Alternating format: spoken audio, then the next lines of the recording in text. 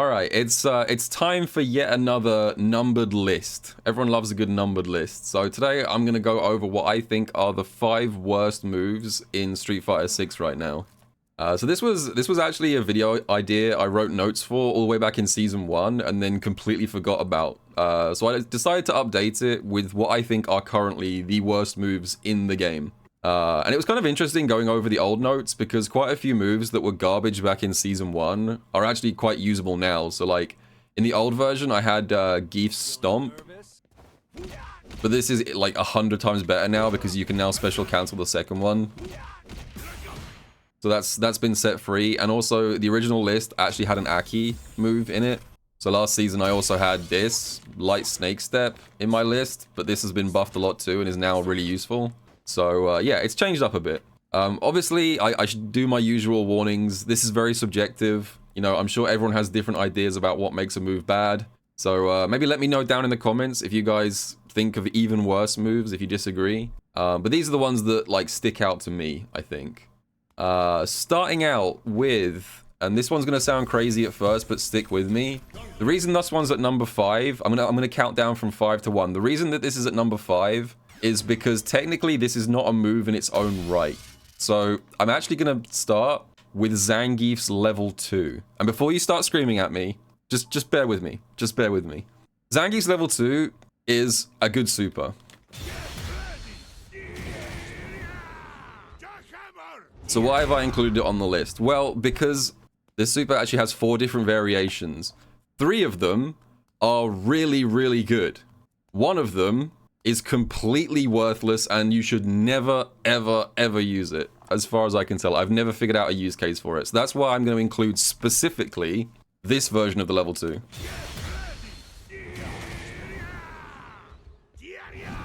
That one. So if you guys don't know, Geef's level 2 has various different versions depending on what you press during it. So if you hold back, he side switches you, he back throws you. If you just don't press anything, he does the jackhammer, which is the Snake Eyes fans like that one. If you hold punch buttons down, he does the full spins like this, and then you can actually get a juggle afterwards into whatever. But he also has a 4th version, which is if you hold forward, he moves forward slightly and then drops you down. And this version, I don't think has a single reason to ever use it, because here's the thing. The back version side switches. So this version has a niche. You can put people in the corner with it. So it's like, say if you start out cornered, you can use this to steal the corner. This one has a good reason to use it. So the jackhammer does the most damage of all of the versions, 3160. If you do the full spins, it does low damage, but you get like lots of different things you can do afterwards. So you can go for combo extensions off the full spin, which does good damage, or you can go for Oki. So if you do that version, you get combo extensions and Oki. So the reason that I put this as being terrible, the forward version, is that it has absolutely no niche. It does worse damage than the jackhammer. It has horrible Oki afterwards. I just want to point out that after Geef gets up after this, once you recover from the forward version, Geef rolls back to like almost full screen and is +1 on hit. I don't understand the logic behind that at all. It does less damage than jackhammer. It leaves you miles away and is only +1. I genuinely have no idea what this is for. So it doesn't do anything that the other versions of level 2 do. But the reason I put it at number 5, like I said, is because it's technically not a standalone move. It's just like one version of the level 2. Yeah. Okay, so let's move on to number 4. The rest of them are all going to be like actual unique moves. That one was a bit of a special one to start off with. So next one up, we're going to go to Kimberly. So up next at number 4 is Kimberly's double spray can throw. This move right here. You might not even know this exists. You've probably seen the regular spray can. This is a very good move. If you press down, down, punch, she throws the spray can. But if you press down, down, and 2 punches, she throws 2 spray cans if you have 2 stocked. And this, as far as I know, is borderline useless. It's a really bad move because pretty much everything you want her to do, she can do with one spray can.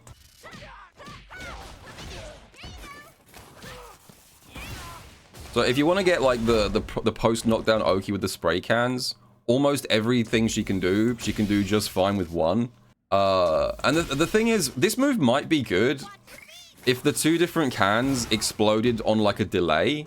Like I could see it being useful if like one blew up and then the other blew up a few seconds later. But I think the real issue is that both of them blow up at the exact same time. So it doesn't really add anything to your mix-up. They just hit together sometimes.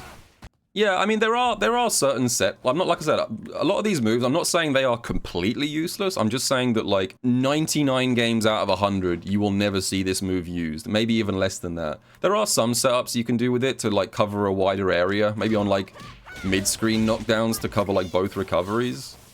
But it's just too expensive. And the other problem with this is that it's a very expensive use of resources. It's not just the move itself. So if you use this, you are always going to be at 0 spray cans afterwards, and that means that you no longer have access to our high damage level 1. You now have the really bad level 1 with no ender. And on top of that, if you ever want to use this move twice in a round, which you almost never want to do, but if you ever wanted to use this twice, the only way to get back to 2 spray cans from 0 is to use EX reload. This thing, which is odd. Because the thing about spray cans is that the input for reloading is exactly the same as the input for doing them. So you can never actually reload to 2 spray cans, because if you're at 0 and you reload, you'll just get 1 back and then throw it again. You'll just be stuck in this loop. So the only way you can ever get back to a position to use this move multiple times is you have to use EX reload, which is expensive. So it's just like, you have to clear so many conditions to use this move more than once, and even then it's not very good. So that's why I'm giving it the number 4 spot. Alright, number 3, we are going to Marissa.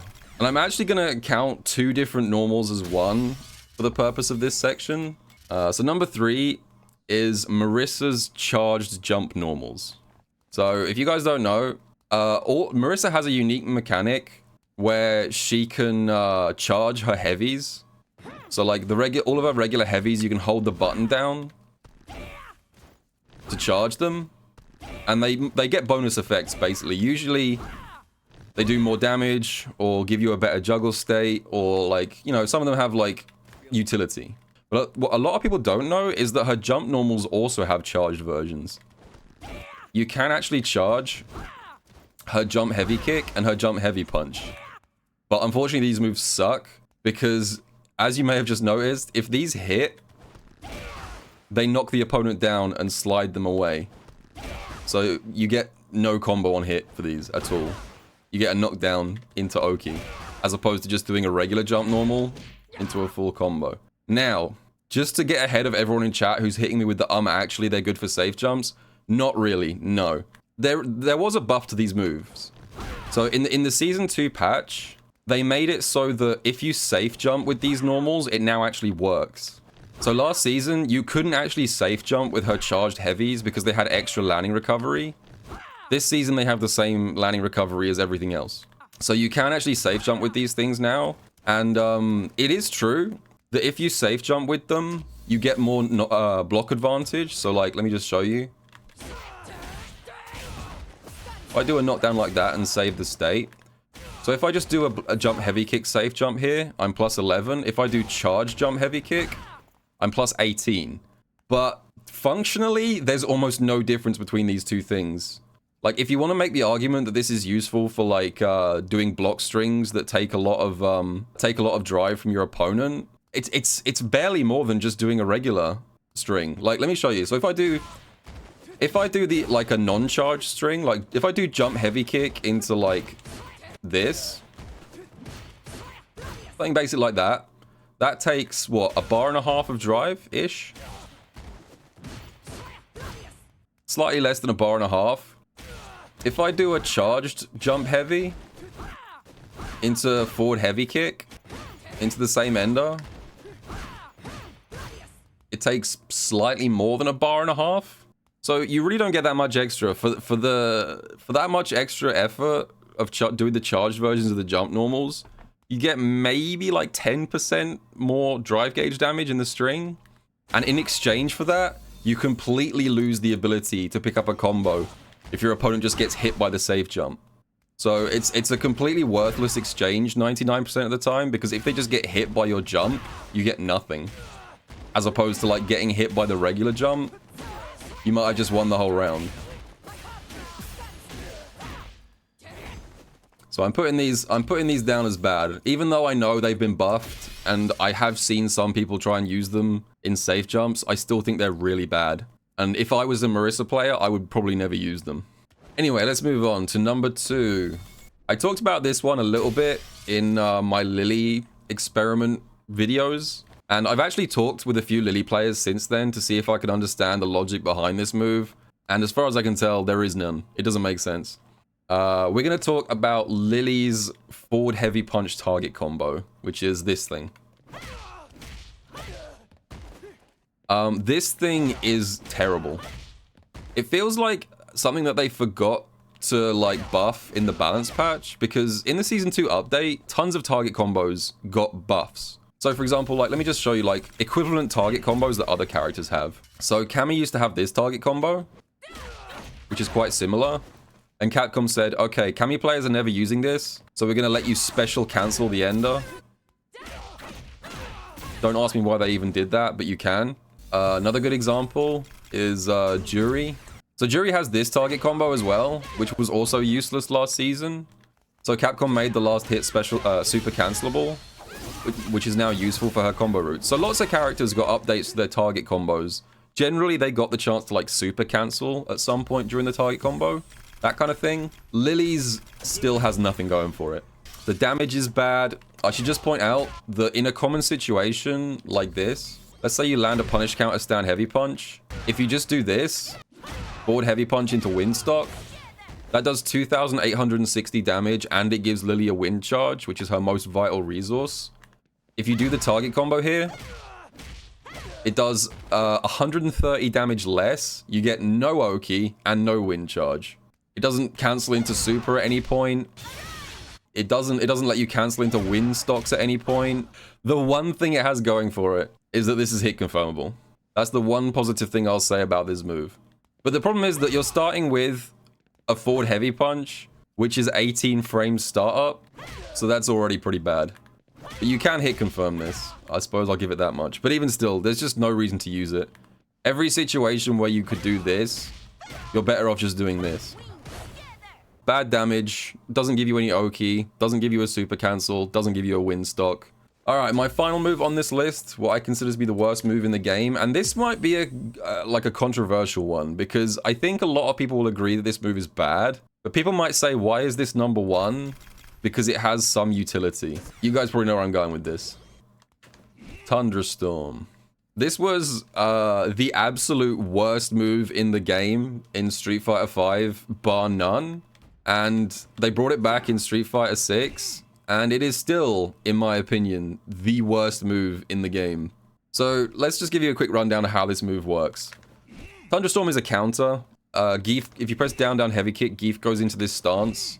And when he's in this stance, he can only counter kick moves that specifically hit at chest height, which is a very harsh restriction. And when I say kick moves, I don't mean any move that's activated with a kick button. I mean literally moves that are kicks. They have to actually use their feet. So for example, let's just do Luke's stand medium kick, for example. There you go. So your reward for landing this extremely specific counter that only works against very specific moves is 2,400 damage, and Geef, for some reason, getting sent back to nearly full screen with 0 Oki. So that's not good. That's not a good start. The mental damage, though, I mean, it is tilting to get hit by this because it's so bad you feel like a moron. This move's hard to place. The reason I put it at number 1 is because it's such a weirdly designed move that there are some matchups where you just cannot physically land it. So this, like, when I say moves are useless, usually I'm being a bit like, I'm exaggerating a little bit usually when I say a move is useless. But this move against this character is literally useless. It is physically impossible to ever land this move against Ed under any circumstances because Ed does not have any attacks that use kicks. All of Ed's attacks are punches, even his kick buttons, and none of these will ever be countered by Thunderstorm.